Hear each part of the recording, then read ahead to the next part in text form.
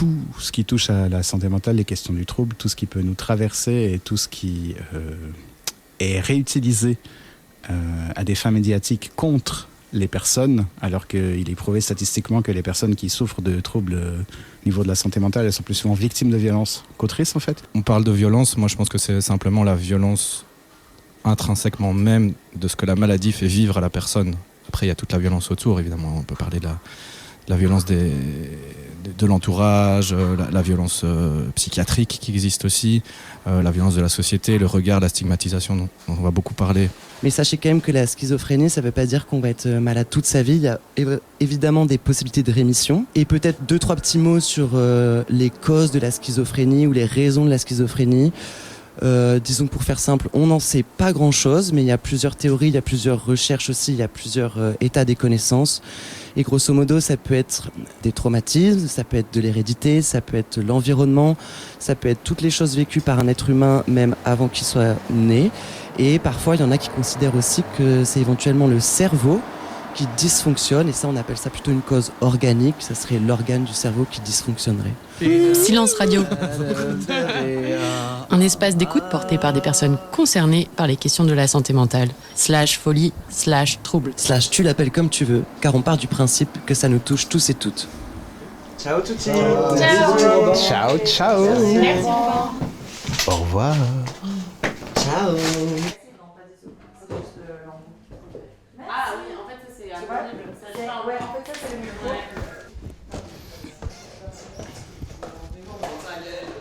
Oui.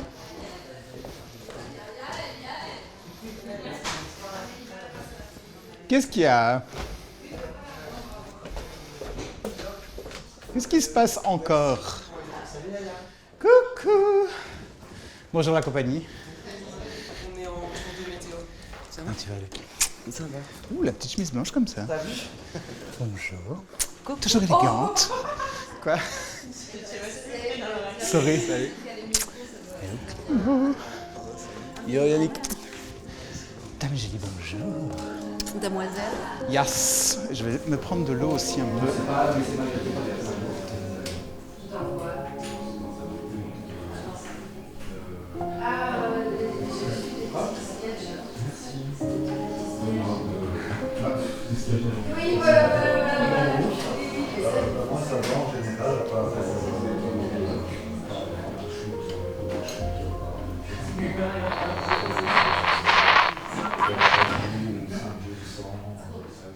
Bon, alors je sais pas par quoi commencer pour la émission de lundi. On trouve un titre? Non, on peut commencer par le titre, ça va. Ouais. On peut nous mettre dedans. Avec le titre vient le petit truc qu'on doit mettre sur le site de Panique aussi. Exactement. Mais avec, oui, ouais.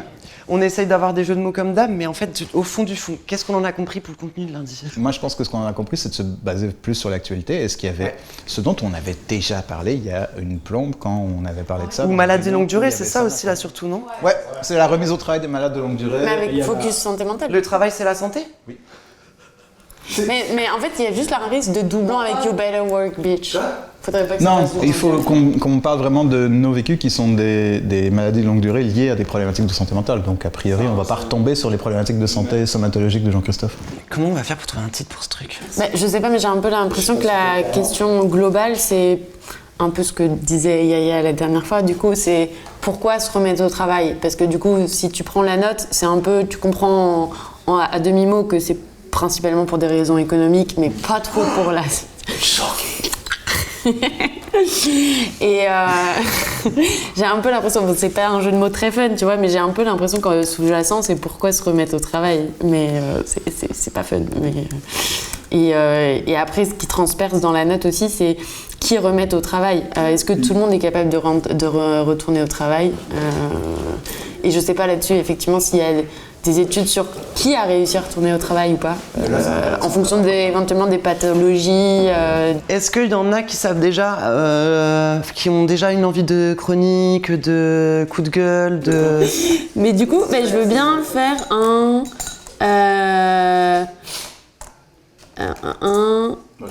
ma remise au travail rêvée ou un truc comme ça. Ah ouais.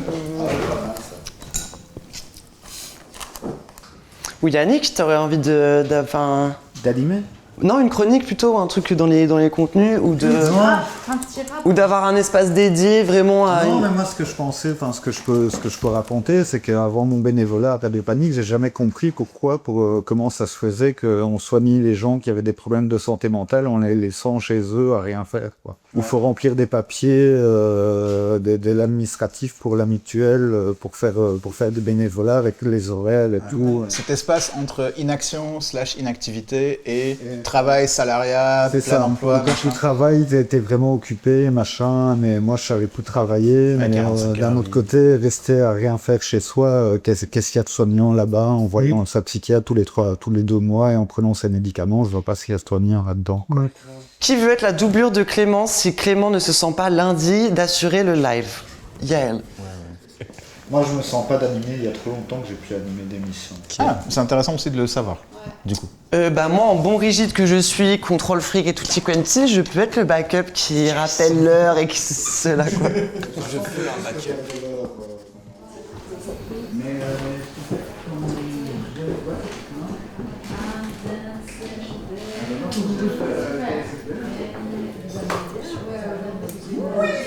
Ça met toujours bien, ça met toujours bien,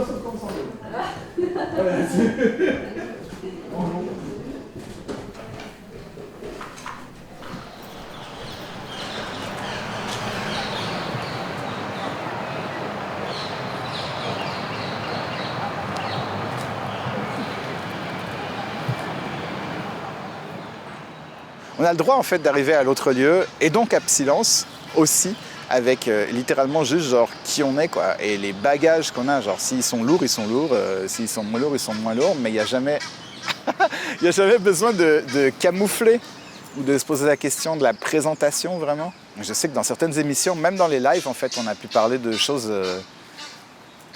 assez intime, assez perso quoi, et pas que dans les chroniques où on peut décider à l'avance un peu quel degré de pudeur est-ce qu'on met dans l'écriture quoi. Tant qu'on les garde juste pour soi, on a l'impression que c'est une grosse montagne et puis de les partager avec d'autres personnes, on se rend compte aussi qu'il y a des points d'accroche même si c'est pas exactement les mêmes problématiques.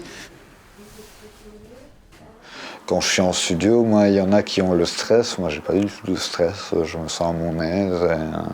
Je lève ma main quand j'ai envie de parler. Et puis voilà.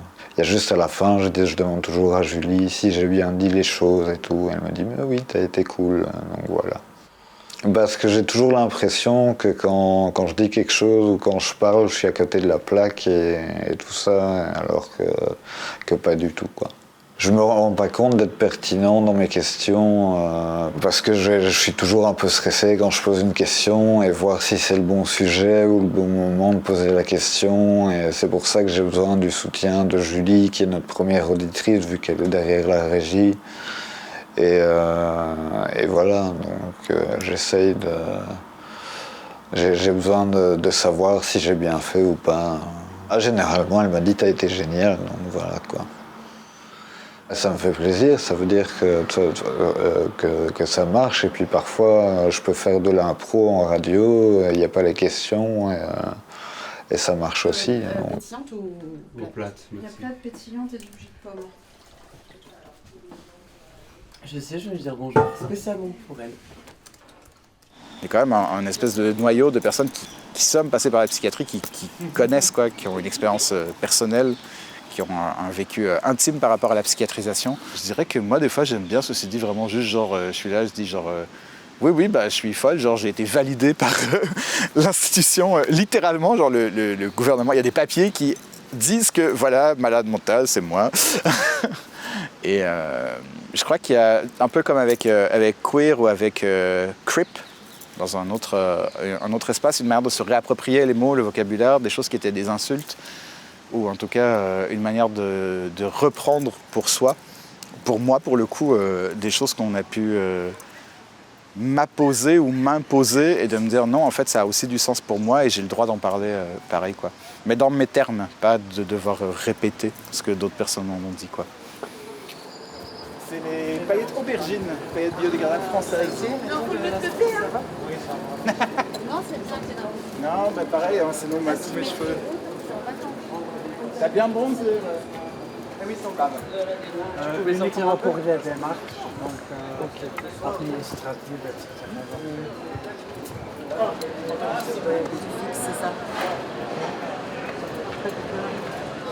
Allez à l'anniversaire de Juju qui fête ses 12 ans. Anniversaire du compleanno. Bon retour. Welcome back. Audrey. Je vais dire, je suis la doyenne, mais Bon anniversaire, mes vœux les plus sincères, voilà. le plus grand. Joyeux anniversaire. Joyeux anniversaire. Joyeux anniversaire, Julie. Joyeux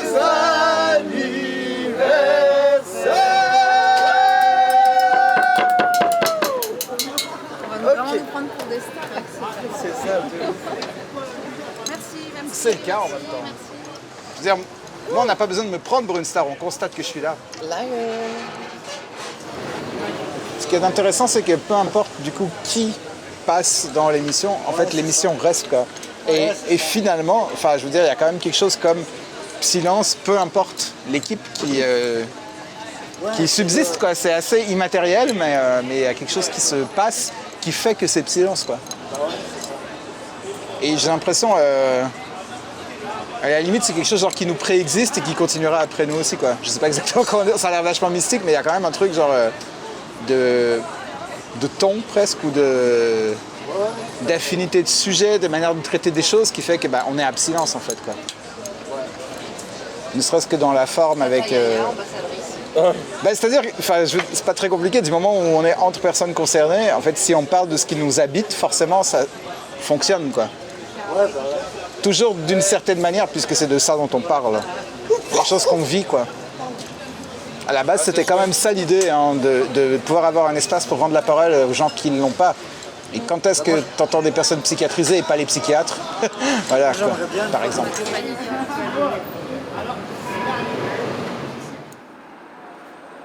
Ça m'apporte quelque chose de très fort. J'ai commencé à faire la radio, j'avais 14 ans, et donc c'est un média où je me sens vraiment à l'aise, et c'est ma passion. Donc si j'arrête la radio, je sais pas ce que je fais, mais j'ai besoin de faire des émissions, d'être derrière le micro et de participer. Quoi. Les antennes, très bien. Putain, c'est galère, hein. Ils vont nous remettre au travail vraiment.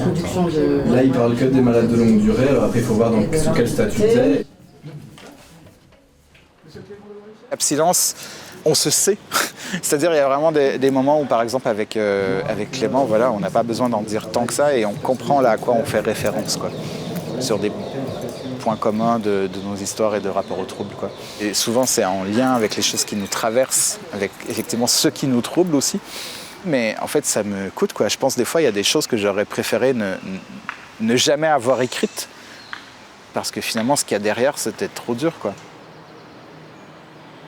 Le fait que cet espace soit un espace de parole et pas de silence sur les questions de santé mentale et de lien à la psychiatrie. Et qu'en tant que personne psychiatrisée, j'ai accès à un espace où on me dit que ce qu'il faut que je fasse, c'est l'inverse du silence. Bah ouais, c'est vraiment important, quoi. Et il y a vraiment quelque chose qui se répare dans mon rapport à l'humain, en fait, finalement, avec Silence Radio, quoi.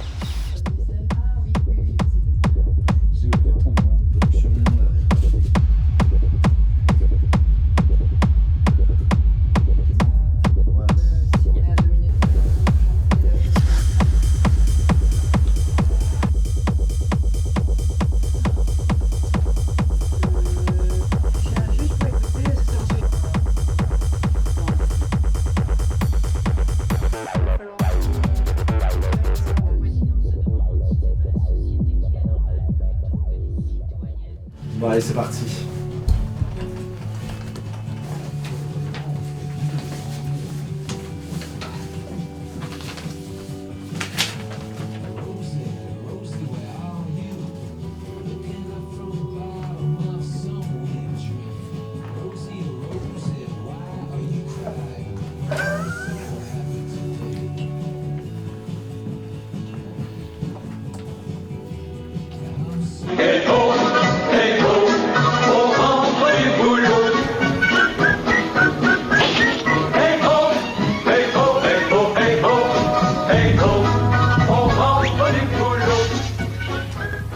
Bonjour, bonsoir, chers auditeurs. Vous êtes sur les ondes de Radio Panique 105.4 FM ou en DAB ou dans votre navigateur favori. C'est l'heure, comme tous les troisièmes lundis du mois, de Silence Radio. Avec cette fois-ci, encore une émission sur le travail. Et vous avez déjà entendu le titre. Hey ho, on rentre au boulot. Avec en studio Gwendoline. Bonsoir. Yannick. Salut. Mathie. Bonsoir. Ringo. Salut. Votre dévoué Yaya. Donc c'est moi. Et Clément. Bonjour, bonsoir. Allez, aujourd'hui, on est heureuse de retrouver une petite connaissance, une vieille connaissance, je ne sais pas. Robin Suswein, sociologue et chargé de recherche à la Ligue bruxelloise pour la santé mentale, qui était venu il y a 2 ans déjà pour nous éclairer sur la réforme 107. Bonjour Robin. Bonjour Clément, bonjour à tous et merci pour l'invitation. De rien. Merci à toi d'être là. Et justement, Robin, la Ligue vient de publier une note sur la politique de remise au travail des malades de longue durée, un sujet brûlant de l'actualité politique actuelle. Oui, alors en fait, à la Ligue, on a lancé il n'y a pas très longtemps, il y a environ 1 an ou 1 an et demi, un nouveau groupe de travail, donc un nouvel espace de réflexion qui rassemble alors à la fois des professionnels de la santé mentale, mais aussi des bénéficiaires ou anciens bénéficiaires, des chercheurs et chercheuses aussi, pour justement arriver à produire des petites notes d'analyse, des petites expertises qui permettent du coup de traiter des sujets d'actualité en lien avec la santé mentale. Qu'est-ce qui fait que la remise au travail pourrait rétablir la personne? Enfin, est-ce que ça pourrait pas faire l'effet contraire de rendre encore plus malade, en tout cas pour les malades psychiques, de remettre au travail les gens qui sont en maladie psychique? Et est-ce que ce serait vraiment bon pour eux? Parce que le stress revient, donc ça peut ramener à la maladie, et je vois pas ce qui est soignant là-dedans, en fait. Oui.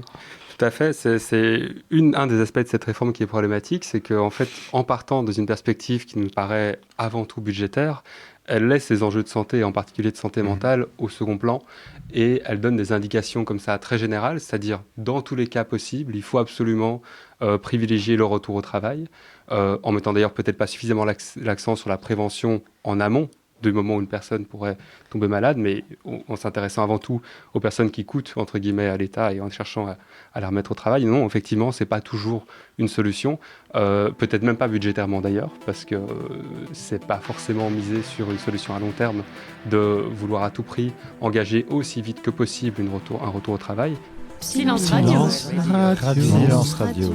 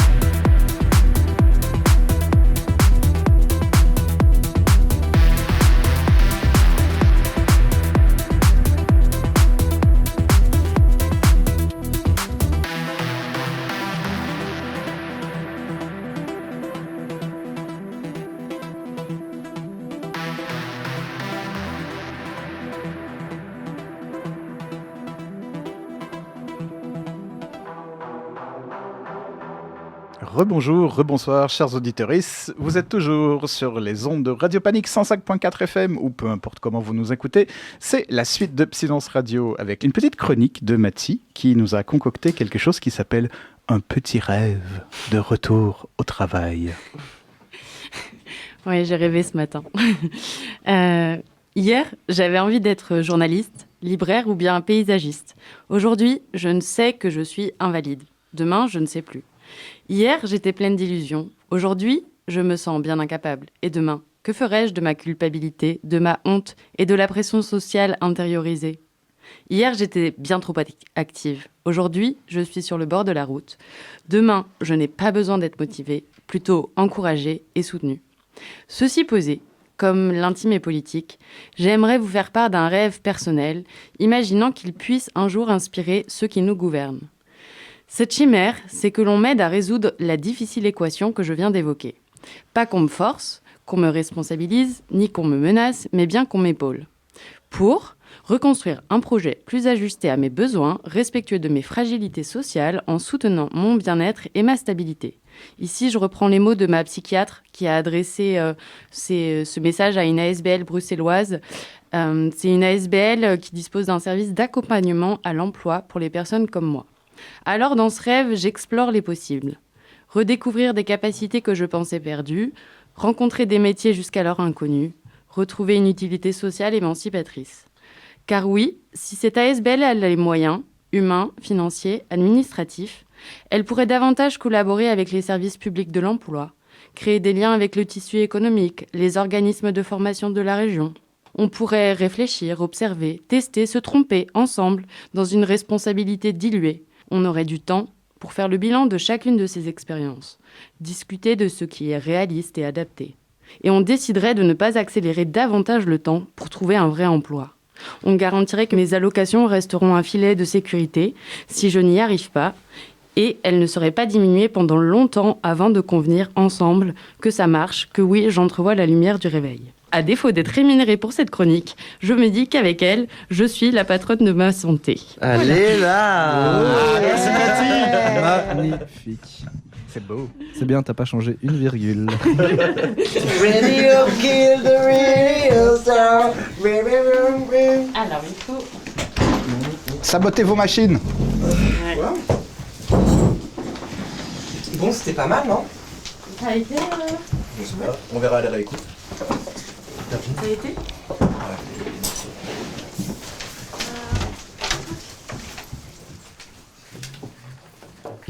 Salut tous, ravi de vous retrouver Oh. Bah. Mais disparaît. T'avais l'air un peu fatigué quand même. Ouais. C'est quoi, niveau d'énergie ou juste. Je sais pas trop dire. C'est pas si bon ça quand on sait pas trop dire, non? Enfin, si. Enfin, il y a 10 000 trucs en même temps, mais. Ouais, ok. Non, c'est pas. Ok, là tu Non, sais. t'inquiète, tu sais ce que je veux, ne t'inquiète pas. Merci alors.